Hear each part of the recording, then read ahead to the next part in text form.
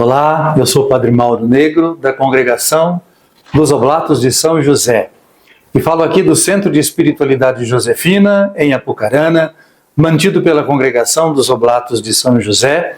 Vamos juntos neste novo encontro do Querigma e Catequese, Liturgia Dominical, Leituras e Contextos. É um esforço para entendermos a Palavra de Deus a partir das leituras da Sagrada Escritura, apresentadas, propostas pela Igreja nos domingos ao longo do ano. E o 27º domingo do tempo comum do ano B da liturgia apresenta para nós alguns desafios que nós vamos tentar enfrentar agora. A primeira leitura é do livro do Gênesis, capítulo 2, versículos 18 a 24. E diz assim: O Senhor Deus disse: Não é bom que o homem esteja só. Vou dar-lhe uma auxiliar semelhante a ele. Então o Senhor Deus formou da terra todos os animais selvagens e todas as aves do céu, e trouxe-os a Adão para ver como os chamaria. Todo o ser vivo teria o nome que Adão lhe desse. E Adão deu o nome a todos os animais domésticos, a todas as aves do céu e a todos os animais selvagens. Mas Adão não encontrou uma auxiliar semelhante a ele. Então o Senhor Deus fez cair um sono profundo sobre Adão. Quando este adormeceu, tirou-lhe uma das costelas e fechou o lugar com carne. Depois da costela tirada de Adão, o Senhor Deus formou a mulher e conduziu-a a Adão. E Adão exclamou: Dessa vez sim, é osso dos meus ossos e carne da minha carne. Ela será chamada mulher, porque foi tirada do homem. Por isso o homem deixará seu pai e sua mãe e se unirá à sua mulher, e os dois serão uma só carne. Esta é a palavra de Deus da primeira leitura deste 27º domingo do tempo comum, ano B. O livro do Gênesis, é importante que a gente entenda isso, cujo nome significa origens. Gênesis quer dizer origens.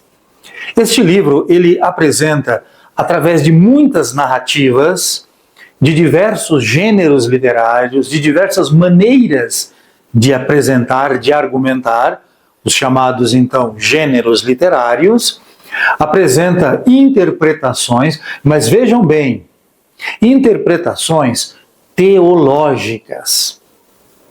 O Gênesis não quer fazer uma apresentação histórica, científica, geográfica, não, biológica, não. O Gênesis não é uma descrição da ordem da natureza, e sim uma apresentação de um significado. E isso é tão importante, porque se eu procuro no Gênesis uma descrição da natureza, descrição da história, descrição dos processos humanos, eu provavelmente vou me frustrar, pois existem contradições, existem dificuldades para compreender o texto desta maneira. Mas o Gênesis não quer apresentar isto, o Gênesis quer dar significados teológicos. É o caso desta leitura que hoje nós acabamos de ouvir. Esse trecho, ele é a continuação da segunda narrativa da criação. A primeira narrativa da criação, que ocupa todo o capítulo 1 até o versículo 3 do capítulo 2, é um poema, um grande poema, magnífico poema, que afirma a unicidade de Deus e a criação por ele realizada. A segunda narrativa começa no capítulo 2, versículo 4, e se estende até o final do capítulo 4. E essa leitura de hoje é parte de todo esse conjunto do texto. E ali nós encontramos muitas imagens, e todas elas significam alguma coisa. O que eu quero dizer é que esses personagens e esses fatos, eles não são, como nós podemos dizer, históricos. Eles são simbólicos, porque significam alguma coisa. Dito isto, é importante notar a relação que existe de proximidade, de semelhança entre o homem, Adão, e a mulher. Aqui aparece o nome do homem. Depois, ela vai ser chamada de Eva. Notem que o nome Adão significa vindo da terra. E o nome Eva, que ainda não aparece nessa leitura, vai aparecer um pouco depois, no capítulo 3, Eva significa mãe dos viventes. A leitura propõe uma proximidade, antes e além de uma proximidade, uma igualdade de natureza. Tirada do lado do homem da costela, a mulher passa a ser a companheira na construção da história, na construção da vida, na construção da sociedade. Importante notar um jogo de palavras que, em português, nas línguas modernas, todas elas, como o português, não dá para a gente perceber. Mas em hebraico, língua na qual foi escrito este texto originalmente, aí dá para a gente entender, sim. E o jogo de palavras é esse. Está bem no finalzinho do texto que nós ouvimos. Ela será chamada mulher porque foi tirada do homem. Em hebraico, ela será chamada Ishá, que é a palavra hebraica para mulher. Ela será chamada Ishá porque foi tirada de Ish, que é a palavra hebraica para homem. Então, Ish, em hebraico homem, Ishá, em hebraico mulher. Assim, uma origem comum, uma origem íntima. E na intimidade, na igualdade, na busca recíproca, a construção da história, a construção da própria pessoa e da humanidade. É assim que a gente tem que entender esse texto. E evitar de entrar naquelas coisas que são um pouquinho assim, muito desconfortáveis nos nossos dias, no caso, a submissão da mulher em relação ao homem, ou da inferioridade, ou da precedência do homem em relação à mulher. Essas visões, que são muito culturais, e inclusive feitas a partir de leituras menos entendidas deste texto e de outros textos, esse tipo de coisa não colabora em nada para a gente entender o significado disto tudo. E o significado é isso que eu acabei de dizer. A proximidade, a parceria, o compromisso. Um compromisso tão íntimo que, através dele, a humanidade se constrói. Importante a gente considerar esse aspecto aqui, tá? E não se trata apenas de uma relação sexual. Não. Se trata de um complemento de personalidade. Sabemos que as o jeito de ser mulher, o jeito de ser homem, o jeito de ser fêmea, o jeito de ser macho, se complementa. Esses dois jeitos se complementam um com o outro e transformam a vida das pessoas envolvidas e do seu entorno, criando, enfim, a história. Então, enxerguemos desta maneira esta situação e superemos tudo isso que antes eu evidenciei aqui. Porque é este o sentido fundamental deste texto. O salmo que nós temos neste domingo, o 27º domingo do tempo comum, é o Salmo 127 ou 128, cujo refrão é este: O Senhor te abençoe de Sião, cada dia de sua vida, que é um trecho do próprio Salmo. E o Salmo é composto de 4 estrofes. São essas as estrofes. Feliz és tu se temes o Senhor e trilhas seus caminhos. Do trabalho de tuas mãos hás de viver, serás feliz, tudo irá bem. A tua esposa é uma videira bem fecunda, no coração de tua casa. Os teus filhos são rebentos de oliveira ao redor de tua mesa. Será assim abençoado todo homem que teme o Senhor.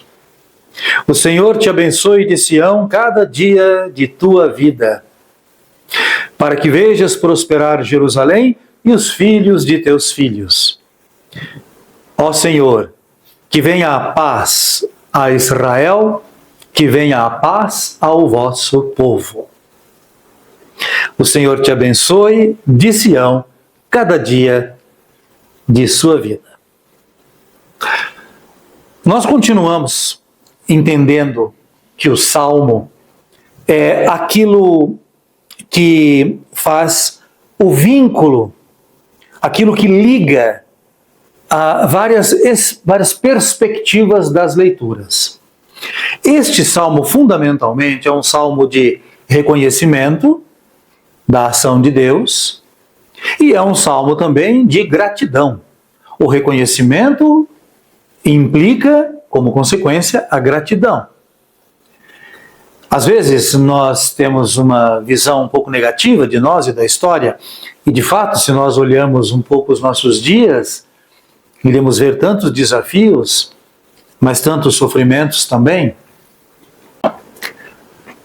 Eu só queria que a gente pensasse uma vez: será que em algum momento na nossa história nós tivemos tudo dando certo? Porque nós estamos acostumados a dizer, tá muito difícil, tá muito complicado, e assim, do jeito que tá não vai dar. Minha gente, olha, desde que eu me julgo por gente, eu sempre ouço dizer que tá ruim o momento que a gente está vivendo. E parece que cada vez fica pior, mas hoje provavelmente vai estar melhor do que amanhã. Mas amanhã vai estar melhor do que depois de amanhã. Quer dizer, essa ideia de que está sempre ruim e sempre o que veio antes estava melhor do que hoje, essa ideia é um pouco da nossa natureza. Nós enxergamos assim porque é o momento que nós estamos vivendo. Claro, eu não quero negar que algumas pessoas talvez tiveram momentos bons no passado e hoje não tem. Tá, isso é real. Mas dizer que o passado foi melhor, não. Eu não gostaria de fazer nenhum tratamento dentário no século XVII. Deveria ser muito assustador, algo desse tipo. Eu não gostaria de precisar de uma cirurgia ou de fazer uma viagem intercontinental no século XVIII. Ia ser muito difícil naquele tempo. De maneira que, sim, nós temos os nossos problemas, nós temos muitos desafios, mas nós temos que ter uma predisposição. A predisposição da gratidão. A predisposição de olhar na ação, de olhar a história como palco da ação de Deus. Porque Deus age na história. Sim, Deus age, claro, no nosso sentimento, na nossa inteligência. Deus age na nossa liberdade. Sim, Deus age em pessoas, mas Ele age na história. na história que as pessoas fazem. E para isso a gente precisa ficar um pouco distante, para poder enxergar melhor, porque a história é uma coisa que a gente vê ao longo do tempo, que faz, por sua vez, a história. Então que este salmo sirva de inspiração para nós olharmos o mundo, o nosso redor e a nós mesmos com um pouco mais de otimismo e, sobretudo, porque otimismo é uma virtude humana. Então, olhemos, sobretudo, com esperança, que é uma virtude cristã. A segunda leitura deste 27º domingo do tempo comum é um trecho da carta aos Hebreus. Eu, pessoalmente, tenho uma admiração e um gosto muito grande pela carta aos Hebreus, que apresenta coisas interessantíssimas e tem uma literatura magnífica. Bem, esse trecho é o capítulo 2, versículos 9 a 11. E diz assim: Irmãos, Jesus, a quem Deus fez pouco menor do que os anjos, nós o vemos coroado de glória e honra, por ter sofrido a morte. Sim, pela graça de Deus, em favor de todos, ele provou a morte.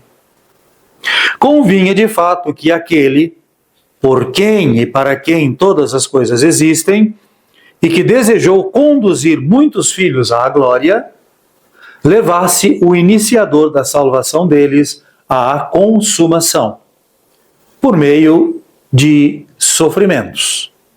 Pois tanto Jesus, o santificador, quanto os santificados, são descendentes do mesmo ancestral.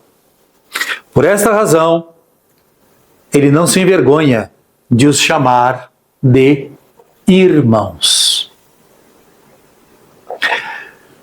O final desse trecho, pequeno trecho da carta aos Hebreus, nos liga àquela leitura da carta do livro do Gênesis.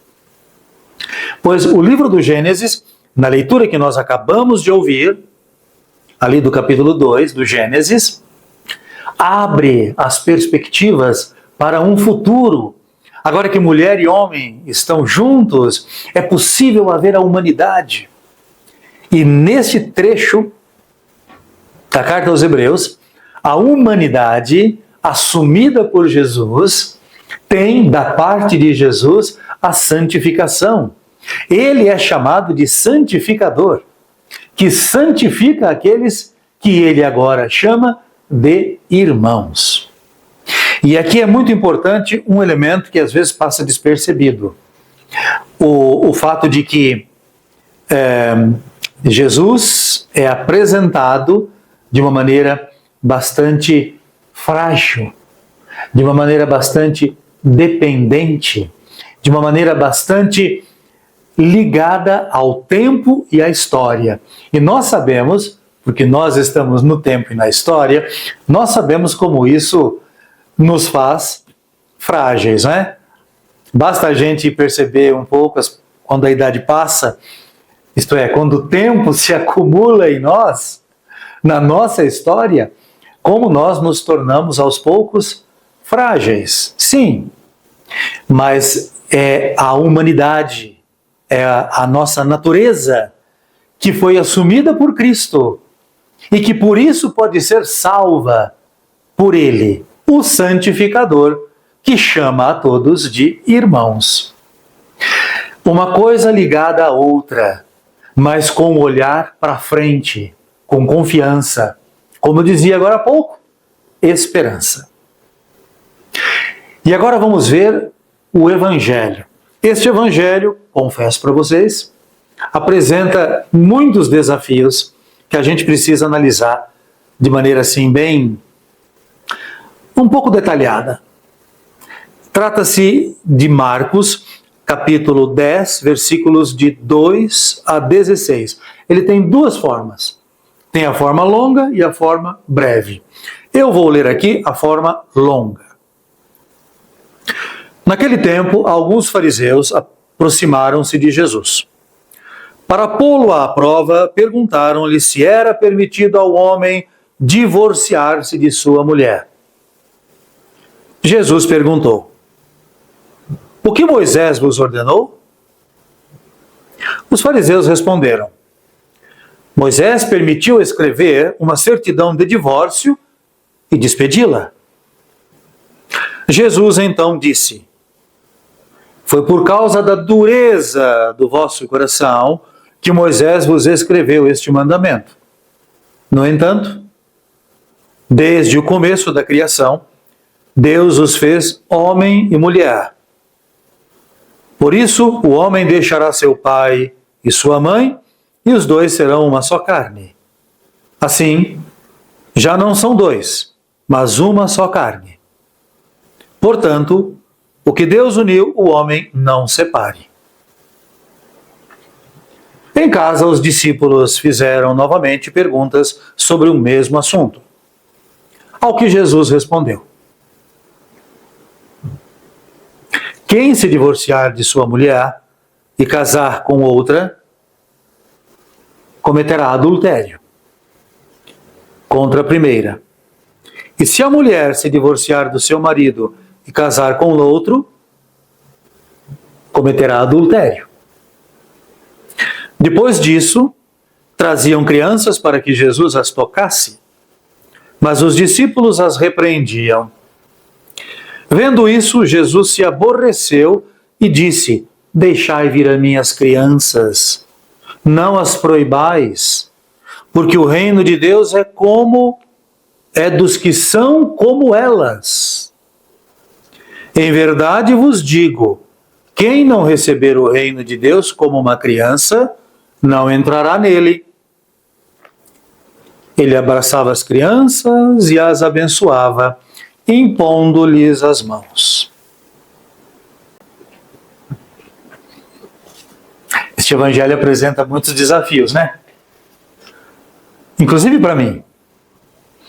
A palavra de Jesus a respeito do matrimônio é uma palavra muito forte e bastante comprometedora. Mas o matrimônio é comprometedor. Se nós o encaramos da maneira como a Sagrada Escritura, como a tradição judaico-cristã apresenta, sem dúvida o matrimônio é um grande desafio. Consideremos, porém, alguns fatores. O matrimônio que Jesus conheceu, o matrimônio antes ainda de Moisés, e vamos ser objetivos, o matrimônio até alguns anos atrás. Talvez os nossos avós, bisavós, quem sabe, não tinham a perspectiva no matrimônio como nós temos hoje. Eu me refiro ao matrimônio por afeto, matrimônio por amor.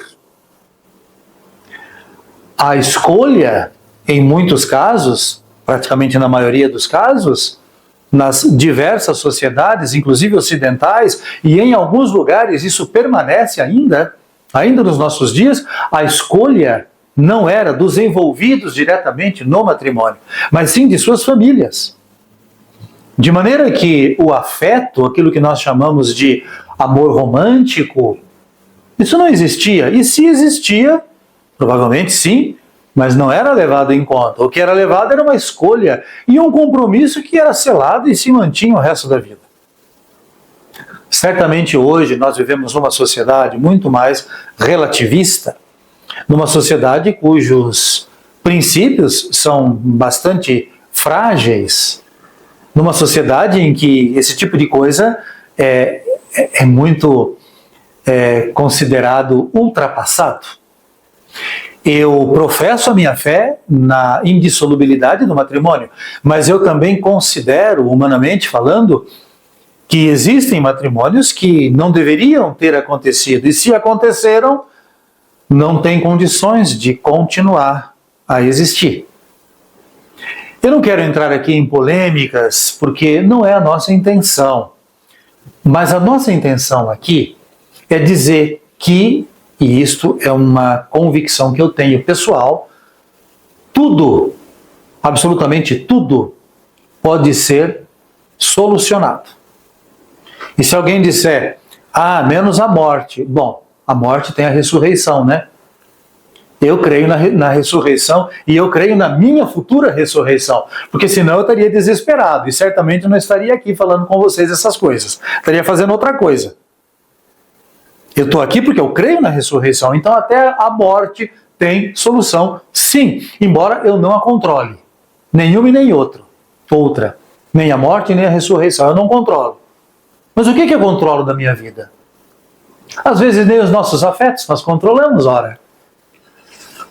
Pois é, tudo tem solução, inclusive um matrimônio fracassado, um matrimônio infeliz, um matrimônio que já não existe, enquanto realidade de fato. Tudo tem solução, tudo, mas precisa de humildade, perseverança e bastante esperança. Humildade, perseverança e bastante esperança. Se não tiver isso, acaba tudo em briga. Agora uma coisa a gente precisa considerar também.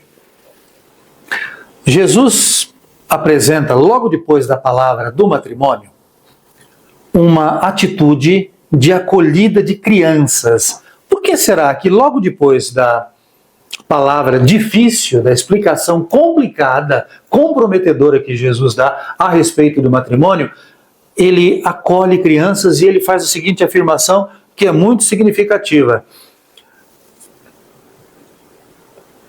quem não receber o reino de Deus como uma criança, não entrará nele. Como é uma criança? Uma criança é ingênua.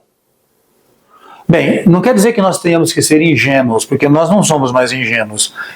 Então o que nós podemos ser? Nós podemos buscar a retidão, a sinceridade. Nós podemos resgatar as virtudes da inocência. Em termos humanos, isso poderia ser chamado de honestidade. Honestidade perante nós, honestidade perante os outros, honestidade perante aquele com a qual nós convivemos. E nesta honestidade, inclusive perante Deus, nós podemos agir com liberdade. Sofrimentos nós sempre teremos. Todos os seres sofrem. Mesmo que não entendam que estão sofrendo, os seres, todos eles, plantas, animais, seres humanos, todos eles sofrem. O sofrimento é sempre transformação. E se um sofrimento nos dá transformação, a transformação certamente é para melhor. Eu não tenho respostas para a questão dos matrimônios fracassados, ou dos matrimônios que não deram certo, que é a mesma coisa de fracassados. Mas eu tenho certamente a certeza de que com humildade, perseverança e esperança, a gente pode reconstruir vidas, reconstruir relacionamentos e continuar fazendo a história. E tem mais, a gente pode certamente ser salvo. Porque afinal de contas o Cristo é o santificador. A gente poderia ir muito mais longe nessa conversa. Mas nós vamos ficando por aqui, no Querigma Catequese, Liturgia Dominical, Leituras e Contexto, do 27º domingo do Tempo Comum, do ano litúrgico B. Eu sou o Padre Mauro, da Congregação dos Oblatos de São José, aqui do Centro de Espiritualidade Josefina de Apucarana. A vocês, graça e paz.